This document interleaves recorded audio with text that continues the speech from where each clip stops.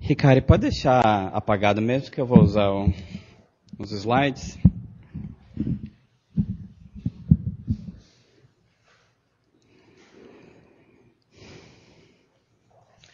Bom dia. Como é que vocês estão? Tudo bom? Tudo bem? Amém. Acho que é isso.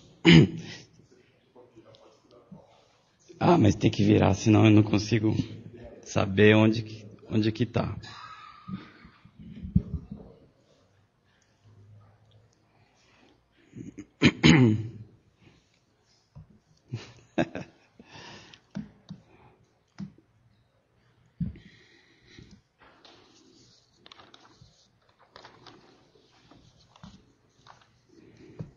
Ok.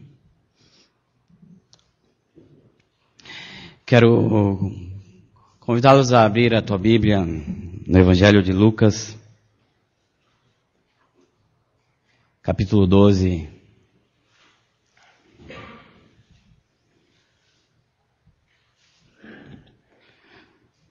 A partir do verso 29.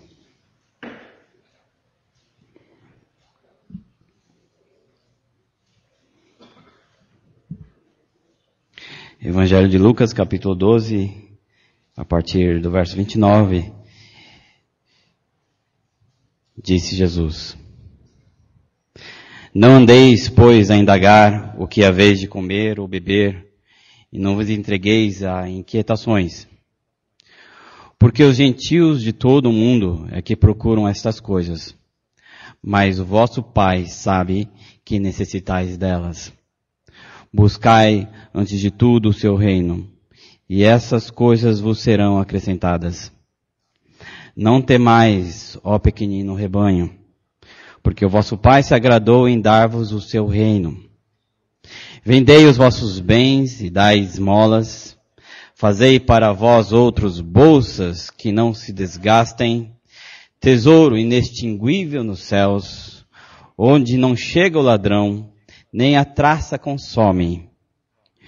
Porque onde está o vosso tesouro, aí estará também o vosso coração. Oremos.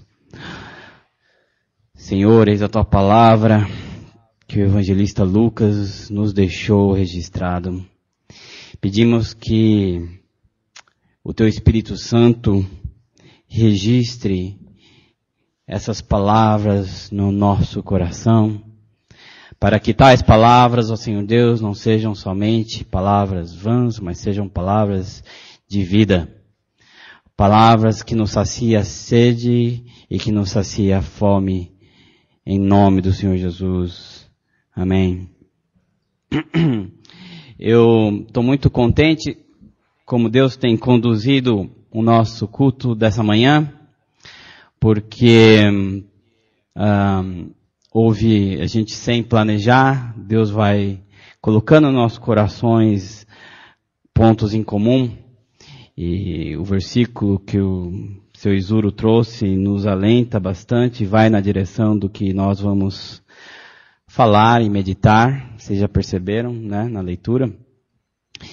E também o coral, muito bom, cada dia melhor, vocês estão de parabéns, com uma letra tão especial de civilidade, de civismo, para os nossos dias, de amor à nossa pátria. E missão integral, no contexto de uma sociedade de consumo, tem a ver com civismo, tem a ver com entendimento do que está acontecendo na realidade política, na realidade econômica, na realidade social em que nós estamos inseridos. Hoje, sabe, o melhor jornal que eu acho, na minha opinião, é Globo Rural. Eu adoro o Globo Rural. Eu não sei, é porque né, que ela é de Pompeia, me lembra, né? Começa a falar de soja, café, e eu gosto muito. E é domingo de manhã, né? 7h30. E geralmente eu assisto. me vestindo, e a coisa, gente, a coisa tá difícil. Quando nós vamos vendo que nos portos existe falta de estoque para carne congelada porque o mercado externo já não está comprador. Quando nós vemos que usineiros no interior do estado de São Paulo estão brecando seus investimentos na ordem de 500 milhões para 2009, nós já vamos vendo o anúncio de uma crise, um anúncio de uma situação que tem a ver com a gente, como diz a Ivete, se não concretamente, ao menos emocionalmente, não é? A grande crise dos nossos dias nada mais é, a gente economicamente falando, do que uma crise de consumo. Sabia disso? Foi gerada por um excesso de consumismo e agora está sendo mantida pelo refreamento do próprio consumo. Impressionante isso, né? Como nossa sociedade está funcionando. Nós vamos então hoje pensar missão integral no contexto da nossa realidade, e a nossa realidade é uma sociedade baseada no consumo. Quero então convidar, em primeiro lugar, biblicamente, a refletir na teologia, na doutrina do reino de Deus na terra. Na doutrina baseada na oração que Jesus nos ensina, quando Ele diz, venha o teu reino, seja feita a tua vontade, assim na terra como nos céus. Queridos, vocês já pararam para pensar o que significa quando Jesus disse que a vontade de Deus e o reino seja estabelecido, assim na terra como nos céus? O que na verdade Jesus está dizendo é que o reino de Deus já está sendo estabelecido, a ordem de justiça, de igualdade, de resgate do ser humano já está estabelecido. Quando Jesus na cruz, ao ter a sua morte consumada, Ele ora, está consumado. O que na verdade está acontecendo é que o reino de Deus, na vitória de Jesus na cruz, está sendo consumado. Ou seja, as realidades eternas, as realidades divinas, o plano original de Deus para com o homem, para com a sua criação, está sendo em Jesus Cristo renovado e resgatado. Então é o reino de Deus agora, já sendo renovado e resgatado. Digo isso porque muitos de nós, cristãos, podemos pensar que Jesus e aquilo que se refere ao cristianismo, se refere simplesmente a um resgate da alma. Mas quando Jesus disse que a vontade de Deus sendo feita na terra, quer dizer que há um processo de renovação, de resgate, de salvação, de redenção. Daquilo que Jesus Cristo fez na cruz, agora, a partir da presença de Deus em nosso meio. É o reino de Deus na terra. É o reino de Deus sendo estabelecido e é a presença de Jesus Cristo a partir de quem? Dos cristãos, na realidade concreta, na política, na economia, na sociedade. É o reino de Deus a partir de mim, de você, da igreja de Jesus Cristo na terra, estabelecendo o reino dele. E é por isso que a primeira coisa que Jesus nos ensina a orar, quando os discípulos perguntam, Jesus nos ensina a orar, ele diz, orem assim, Pai nosso que estás no céu, santificado seja o teu nome, e venha o teu reino. Venha o teu reino, e seja feita a tua vontade, assim na terra como nos céus. Nós somos chamados a viver uma vida cristã na terra. E devo dizer que muitos de nós achamos que uma vida cristã é desconectada da terra e das coisas da terra. Mas não. esse capítulo que nós lemos do capítulo 12 de Lucas. Se você for ler, leia, por favor, na sua casa. É um capítulo todo dedicado ao reino de Deus na terra. É um capítulo todo dedicado à questão de como você vive com os seus bens aqui.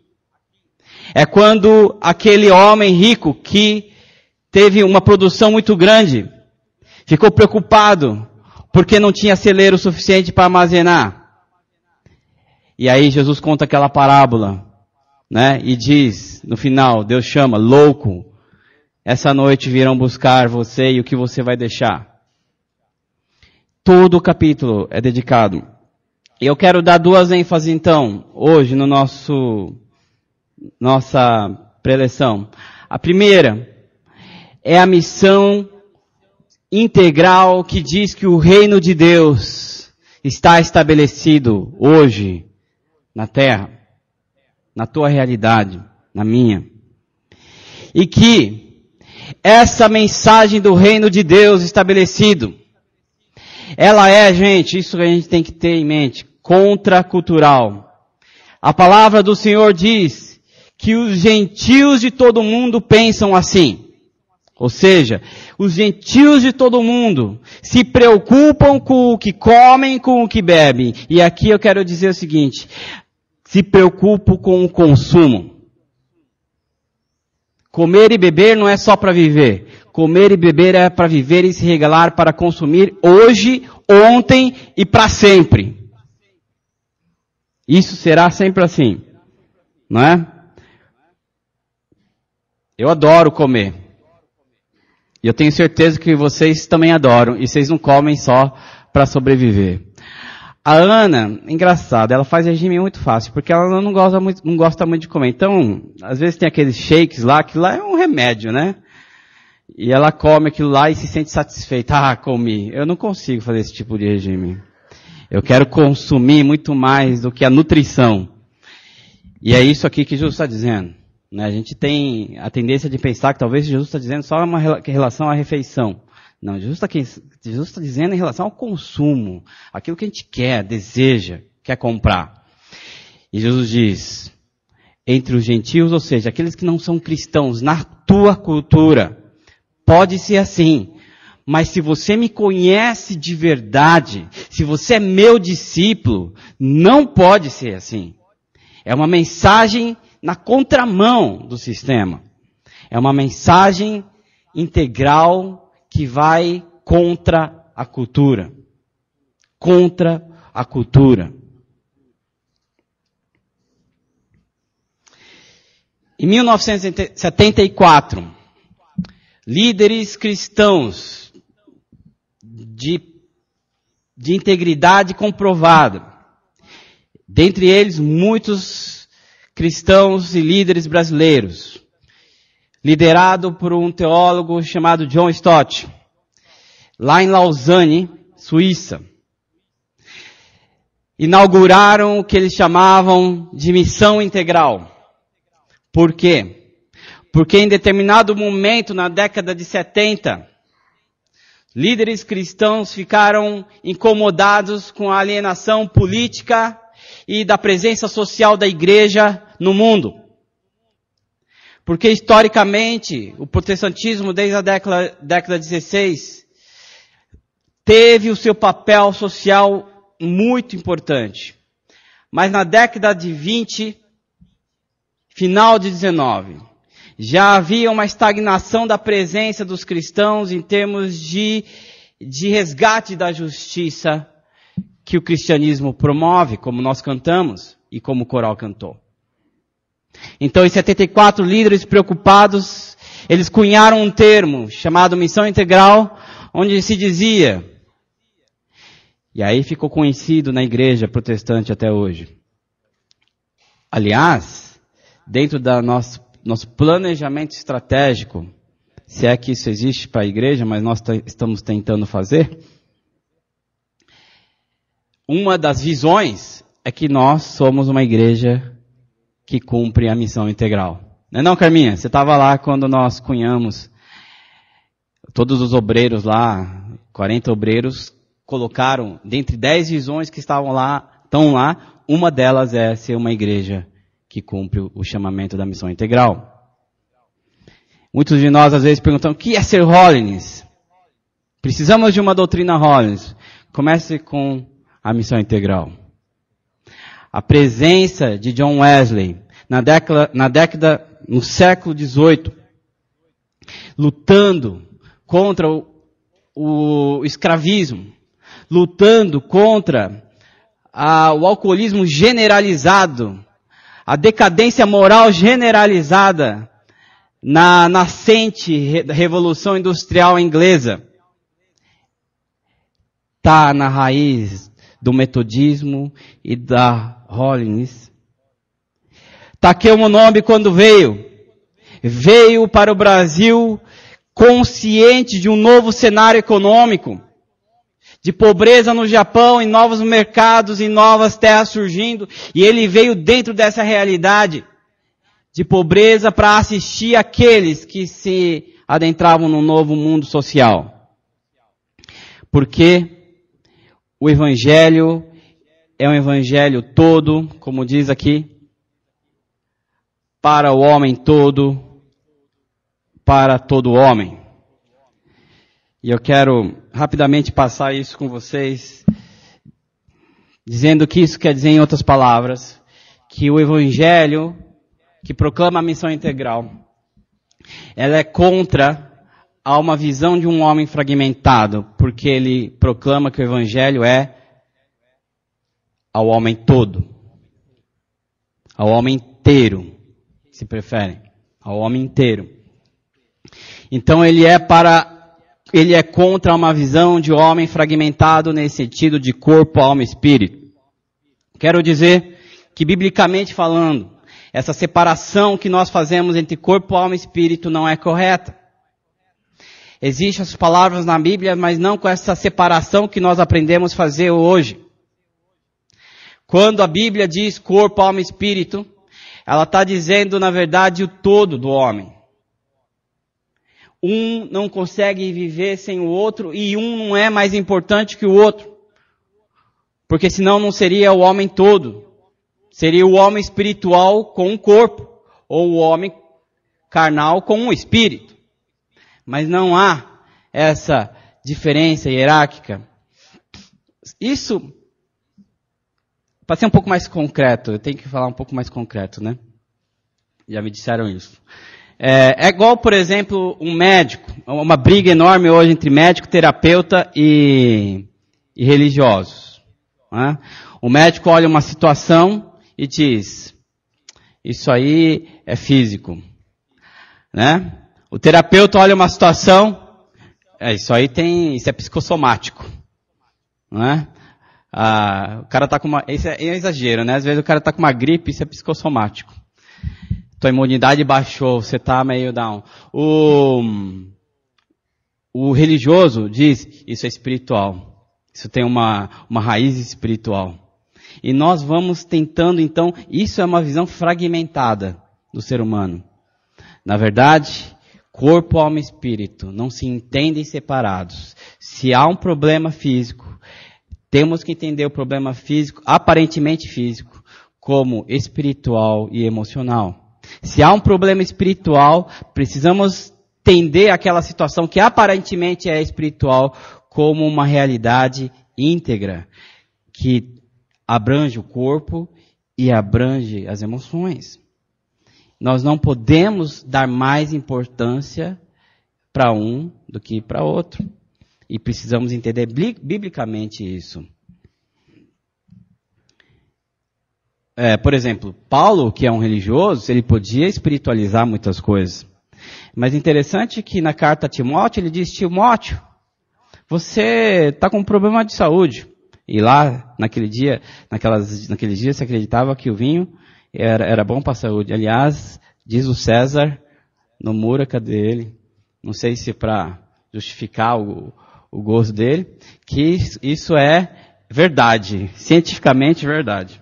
E é bíblico. Paulo fala a Timóteo, Timóteo, beba um cálice de vinho por dia, isso vai te fazer bem. Não é? O Quinho gostou ali. Isso vai te fazer bem, não é? Paulo preocupado e dando uma solução física, ele não faz essa separação. Esse homem íntegro, inteiro, a oposição de um homem fragmentado, também a missão integral será contra ao evangelho reduzido e fragmentado, ao evangelho que quer salvar a alma e ao evangelho colocado nas questões do céu. Quando eu digo questões do céu, essa alienação da realidade concreta, política, civil, e muitas outras. Salvar a alma. Essa questão de salvar a alma como sendo mais importante não é bíblico. Jesus, quando vem, Ele quer salvar não só a alma, Ele quer salvar o homem. O homem que é alma, sim, mas é corpo, e é emoção, e é físico. O evangelho tem que ser todo. Muitos de nós pensamos em ação social como uma ferramenta, como uma isca para salvar a alma. E quando nós, em muitas instituições religiosas cristãs, se pede uma estatística, uma comprovação de quantas conversões da alma houve naquele projeto. Como se a contabilização de almas salvas fosse o lucro que uma empresa busca. É um evangelho reduzido. Não quer dizer, gente, que a salvação da alma não seja importante, mas não se entende de forma tão fragmentada assim. Salvar a alma sem salvar a realidade física é manipular a palavra, é não ser íntegra com a palavra. Salvar simplesmente o físico, ações sociais e políticas, sem a preocupação de proclamar as verdades cristãs que estão por trás, é trair o próprio Jesus Cristo. Então, não se entende o evangelho fragmentado. Precisamos preocupar, sim, com a alma, mas também com o corpo e com as emoções. O evangelho todo, para o homem todo. Gente, isso eu não sei se eu estou conseguindo passar isso, porque isso para eu entender isso, assim, de corpo, alma e espírito, integralmente, eu acho que foram anos, pensando, lendo a Bíblia, lendo o pessoal que está preocupado com missão integral. Porque a gente é contracultural, essa é a questão. É contracultural. A gente precisa de um exercício, um esforço para pensar diferente. Naturalmente a gente fragmenta o homem. Naturalmente a gente tem a tendência de fragmentar o evangelho. Entendem o que quer dizer contracultural? Não é? Naturalmente, a igreja, nos últimos anos, não só a igreja, por isso que faz parte da visão, porque entendemos hoje, a Hollins como um todo, que estamos falhos, somos falhos na nossa presença como igreja na realidade social. É só olhar de maneira bem geral o orçamento de muitas nossas igrejas, o quanto estamos investindo no resgate de vidas no âmbito emocional e físico. Não é? É contracultural. O evangelho todo, para o homem todo, para todo homem, ou seja, para todo homem em todos os lugares, para todo homem. Vai contra uma tendência de uma sociedade de gueto, uma tendência de uma sociedade fechada, enclausurada, exclusivista, racista, aristocrata, que mais? Vai lendo aí para mim que tá difícil de eu ler daqui. moralistas, direitistas, esquerdistas, essas divisões que nós vamos fazendo em público-alvo, em etnias, em questões, em posição, status social, status financeiros, e nós vamos então, aqui é classe média, eu vou ficar com eles, aqui é classe X, eu vou ficar com eles, eles gostam disso, eu também gosto, então eu vou ficar com eles. O evangelho, quando ele está pulsando dentro da gente. Não tem palavras para dizer isso. Ele impacta a nossa maneira de ver o ser humano, de maneira que nós vamos entrando na sociedade sem muita preocupação se ele é mais pobre, se ele é mais rico, se ele é mais culto, se ele não é tão culto, se ele fez faculdade, se ele não fez, se ele é socialista, se ele é capitalista, se ele vota no Maluf, ou se ele vota na Marta Suplicy, tem que falar que se ele vota no Kassab, né? Tem que falar. Bonovox dizia que talvez a igreja está tendo tanto problema com a política porque ela tem medo de ser manipulada pelos políticos. Não sei se é isso, mas pode ser. O importante é a gente entendê-los. Um pastor que eu admiro muito chama Bill Hybels. Ele convidou para a igreja dele. Isso saiu na CNN. Convidou para a igreja dele McCain e Obama. É Obama, né? Eu sempre confundo com Osama. É Obama.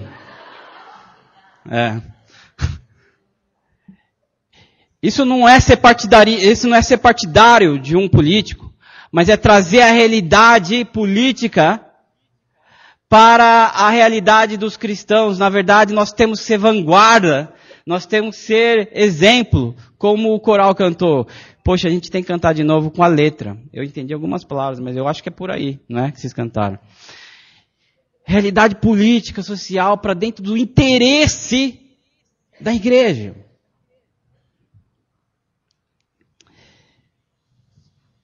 Leia aqui comigo.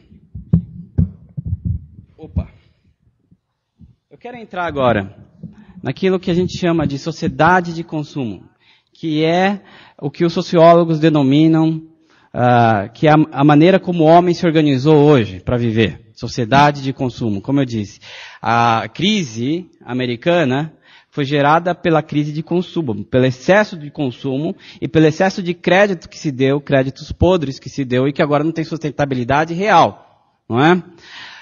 E agora a crise é justamente a falta de consumo.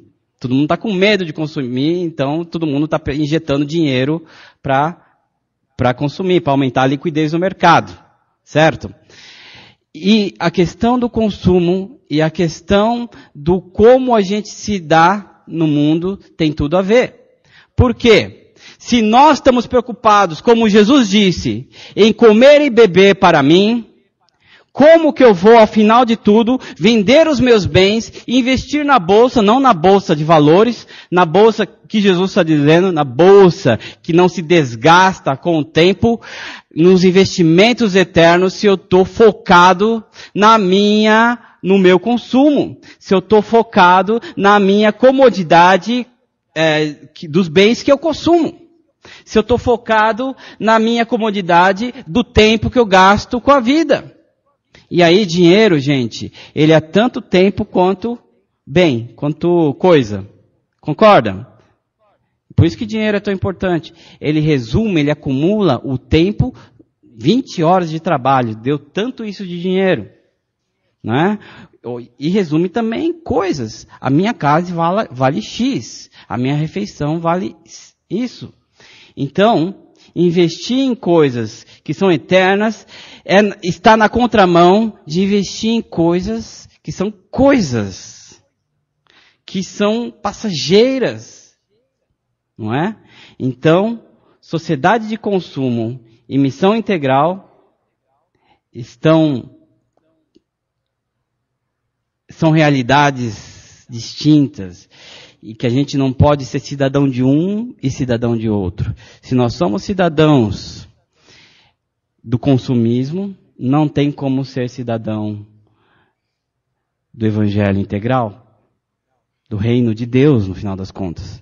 Se você é cidadão do consumismo, não tem como ser cidadão do reino de Deus. Por isso que o convite de Jesus para o jovem rico, de dizer, você faz tudo bem, uma coisa te falta, vende tudo que tem e me segue. Por isso que aqui o que Jesus está dizendo, no capítulo 12, quando ele diz, vende os seus bens, dê esmolas, parece radical. Por quê? Ser cidadão do consumismo significa que você não é cidadão do reino. Entendeu? Agora, isso se agrava ainda mais quando a nossa sociedade é uma sociedade dita sociedade de consumo. Eu estou me alongando demais eu queria mostrar um videozinho. Eu vou cortar o videozinho, tá? Para vocês. Vamos pular isso aqui.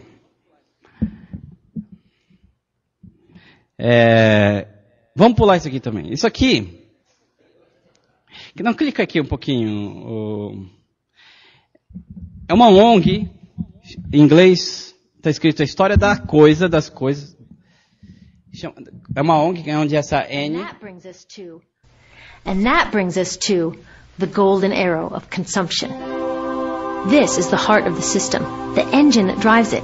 It is so important that protecting this arrow has become the top priority for both of these guys. That's why after 9/11, when our country was in shock, and President Bush could have suggested any number of appropriate things, to grieve, to pray, to hope. No, he said to shop. To shop! We have become a nation of consumers. Our primary identity has become that of being consumers, not mothers, teachers, farmers, but consumers. The primary way that our value is measured and demonstrated is by how much we contribute to this arrow, how much we consume. And do we? We shop and shop and shop, keep the materials flowing, and flow they do. Guess what percentage of total materials flow through this system is still in product or use 6 months after their date of sale in North America? 50%? 20%? No. 1%. 1. In other words, 99% of the stuff we harvest, mine, process, transport, 99% of the stuff we run through this system is trashed within 6 months. Now, how can we run a planet with that level of materials throughput? It wasn't always like this. The average U.S. person now consumes twice as much as they did 50 years ago. Ask your grandma. In her day, stewardship and resourcefulness and thrift were valued. So how did this happen? Well, it didn't just happen. It was designed. Shortly after World War II, these guys were figuring out how to ramp up the economy. Retailing analyst Victor Lebeau articulated the solution that's become the norm for the whole system. He said, our enormously productive economy demands that we make consumption our way of life, that we convert the buying and use of goods into rituals, that we seek our spiritual satisfaction, our ego satisfaction in consumption. We need things consumed, burned up, replaced, and discarded at an ever-accelerating rate. President Eisenhower's Council of Economic Advisors chairman said that the American economy's ultimate purpose is to produce more consumer goods. More consumer goods? Our ultimate purpose? Not provide health care or education or safe transportation or sustainability or justice? Consumer goods? How did they get us to jump on board this program so enthusiastically? Well, two of their most effective strategies are planned obsolescence and perceived obsolescence. Planned obsolescence is another word for designed for the dump. It means they actually make stuff to be useless as quickly as possible, so we'll chuck it and buy a new one. It's obvious with things like plastic bags and coffee cups, but now it's even big stuff. Mops, DVDs, cameras, barbecues even, everything. Even computers. Have you noticed that when you buy a computer now, the technology is changing so fast that in just a couple of years, it's actually an impediment to communication? I was curious about this, so I opened up a big desktop computer to see what was inside. And I found out that the piece that changes each year is just a tiny little piece in the corner. But you can't just change that one piece because each new version is a different shape. So you got to chuck the whole thing and buy a new one. So I was reading industrial design journals from the 1950s when planned obsolescence was really catching on. These designers are so open about it. They actually discuss how fast can they make stuff break that still leaves the consumer having enough faith in the product to go out and buy another one. It was so intentional. But stuff cannot break fast enough to keep this arrow afloat. So there's also perceived obsolescence. Now, perceived obsolescence convinces us to throw away stuff that is still perfectly useful. How do they do that? Well, they change the way the stuff looks. So if you bought your stuff a couple of years ago, everyone can tell that you haven't contributed to this arrow recently. And since the way we demonstrate our value is contributing to this arrow, it can be embarrassing. Like, I've had the same fat white computer monitor on my desk for 5 years. My coworker just got a new computer. She has a flat, shiny, sleek monitor. It matches her computer, it matches her phone, even her pen stand. She looks like she's driving in Spaceship Central, and I look like I've got a washing machine on my desk. Fashion is another prime example of this. Have you ever wondered why women's shoe heels go from fat one year to skinny the next to fat to skinny? It's not because there's some debate about which heel structure is the most healthy for women's feet. It's because wearing fat heels in a skinny heel year shows everybody that you haven't contributed to that arrow as recently, so you're not as valuable as that person in skinny heels next to you, or more likely in some ad. It's to keep us buying new shoes. Advertisements and media in general plays a big role in this. Each of us in the U.S. is targeted with over 3,000 advertisements a day. We see more advertisements in 1 year than people 50 years ago saw in a lifetime. And if you think about it, what's the point of an ad except to make us unhappy with what we have? So 3,000 times a day, we're told our hair is wrong, our skin is wrong, our clothes are wrong, our furniture is wrong, our car is wrong, we are wrong, but it can all be made right if we just go shopping. Media also helps by hiding all of this and all of this. So the only part of the materials economy we see is the shopping. The extraction, production, and disposal all happens outside of our field of vision. So in the U.S., we have more stuff than ever before, but polls show that our national happiness is actually declining. Our national happiness peaked in the 1950s, the same time that this consumption mania exploded. Interesting coincidence. I think I know why. We have more stuff, but we have less time for the things that really make us happy. Friends, family, leisure time. We're working harder than ever.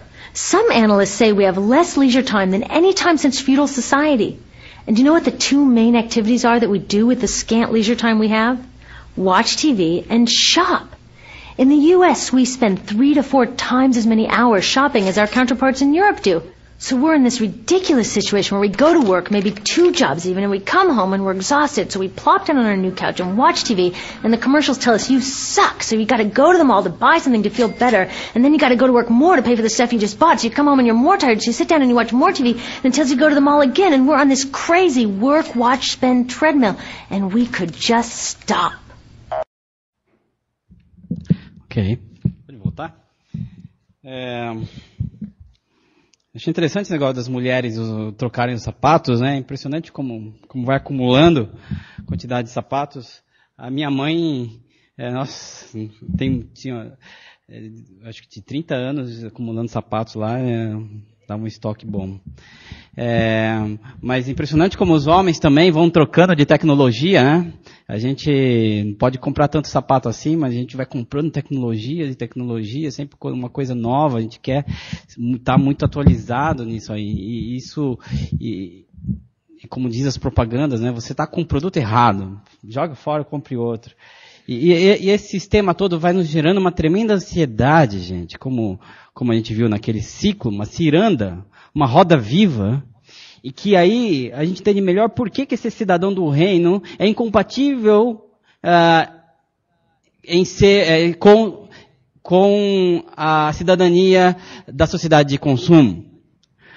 Primeira coisa, como é que nós vamos obedecer essa palavra aqui no capítulo 12, quando Jesus diz, não andeis ansiosos por coisa alguma? Versículo 1 diz assim, ou como nós lemos no versículo 22, quando Jesus diz assim, não indagueis pelo que vão comer, pelo que vão beber, essas coisas dos gentios que não creem, não entraram no reino. A ansiedade tem a ver, principalmente na nossa sociedade, tem a ver com essa nossa insatisfação pelo aquilo que a gente é e por aquilo que a gente quer ser. Ou aquilo que a gente quer ter para ser. Não é? Então, não andeis ansiosos. É a primeira questão na missão. Lute contra os valores da cultura.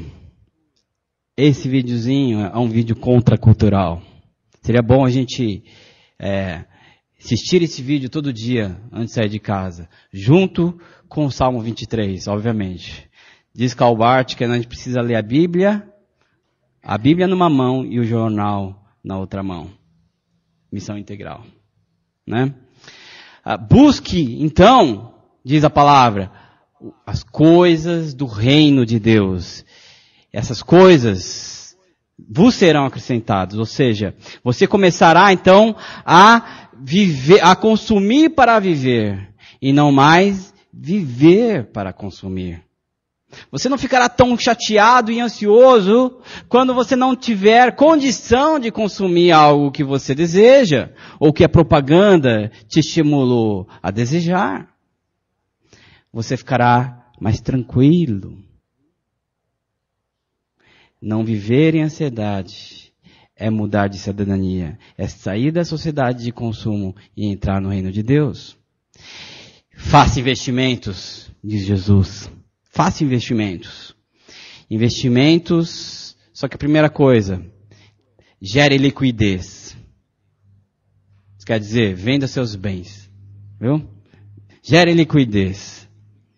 Venda seus bens. Não fique tão focado nas coisas materiais. E invista na bolsa. Na bolsa de Jesus Cristo. Vocês ficaram preocupados, né?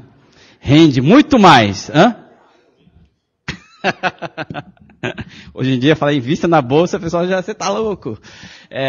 Invista na bolsa, em bolsa. É bíblico.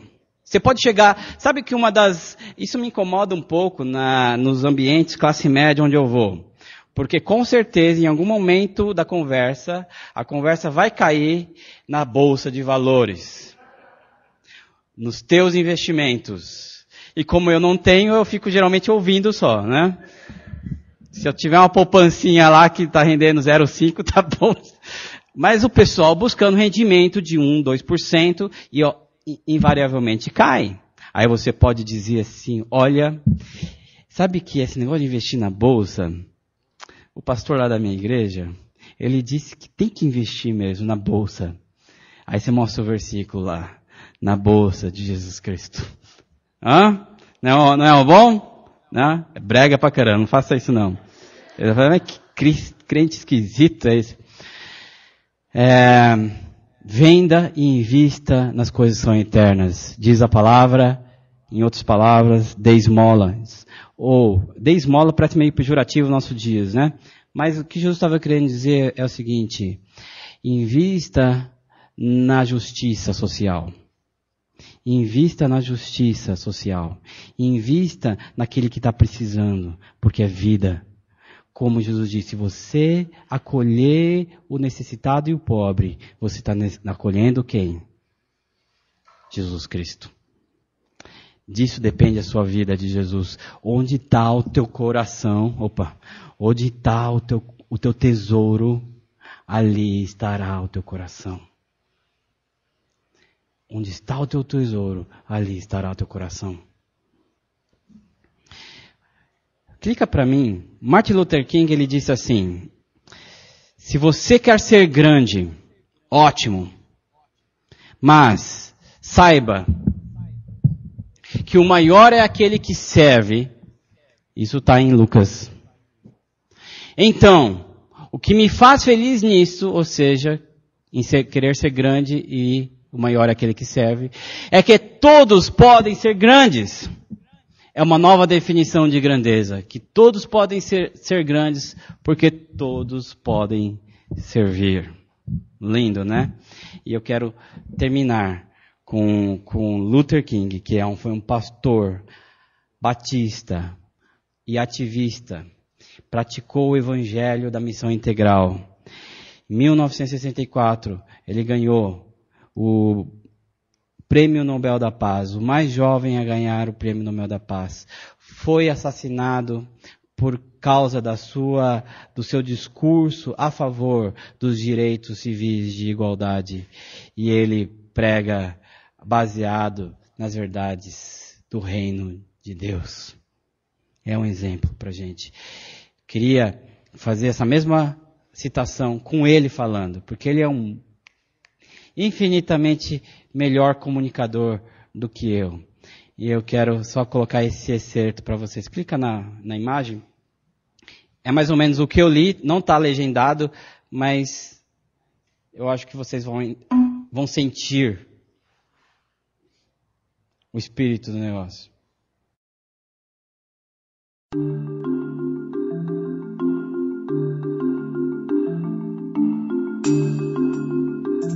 If you want to be important, wonderful.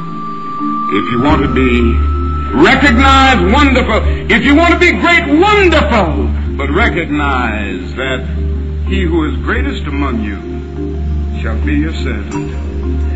That's a new definition of greatness. This morning, the thing that I like about it, by giving that definition of greatness, it means that everybody can be great. Because everybody can serve. You don't have to have a college degree to serve. You don't have to make your subject and your verb agree to serve. You don't have to know about Plato and Aristotle to serve. You don't have to know Einstein's theory of relativity to serve. You don't have to know the second theory of thermodynamics in physics to serve.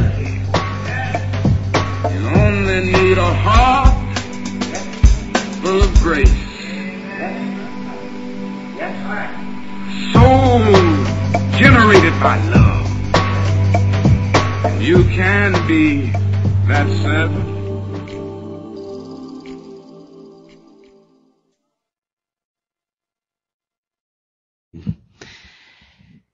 Ele diz assim, se você quer ser grande, maravilha, ótimo. Se você quer ser reconhecido, ótimo, muito bom. Mas saiba de uma coisa, e ele cita Lucas 20. Aquele que foi maior entre vocês foi aquele que serviu.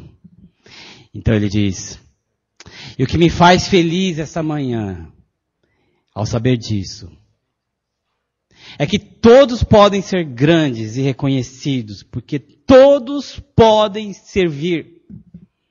Você não precisa ter um bacharel para servir. Você não precisa ter pós-graduação, PhD, para servir. Você não precisa entender a segunda lei da termodinâmica para servir. Você não precisa entender das leis da física de Einstein para servir, da relatividade. Mas o que você precisa é um coração cheio de graça. E um coração gerado pelo amor. Porque todos podem servir. Amém? Oremos.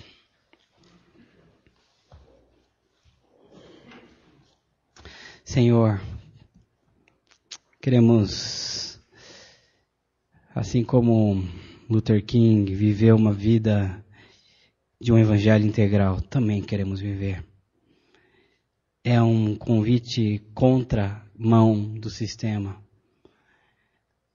Mas que o teu evangelho a cada manhã se renove nas nossas vidas e nos faça cidadãos do reino, comprometidos com a nossa realidade política, social, espiritual, emocional. Em nome do Senhor Jesus. Amém. Amém.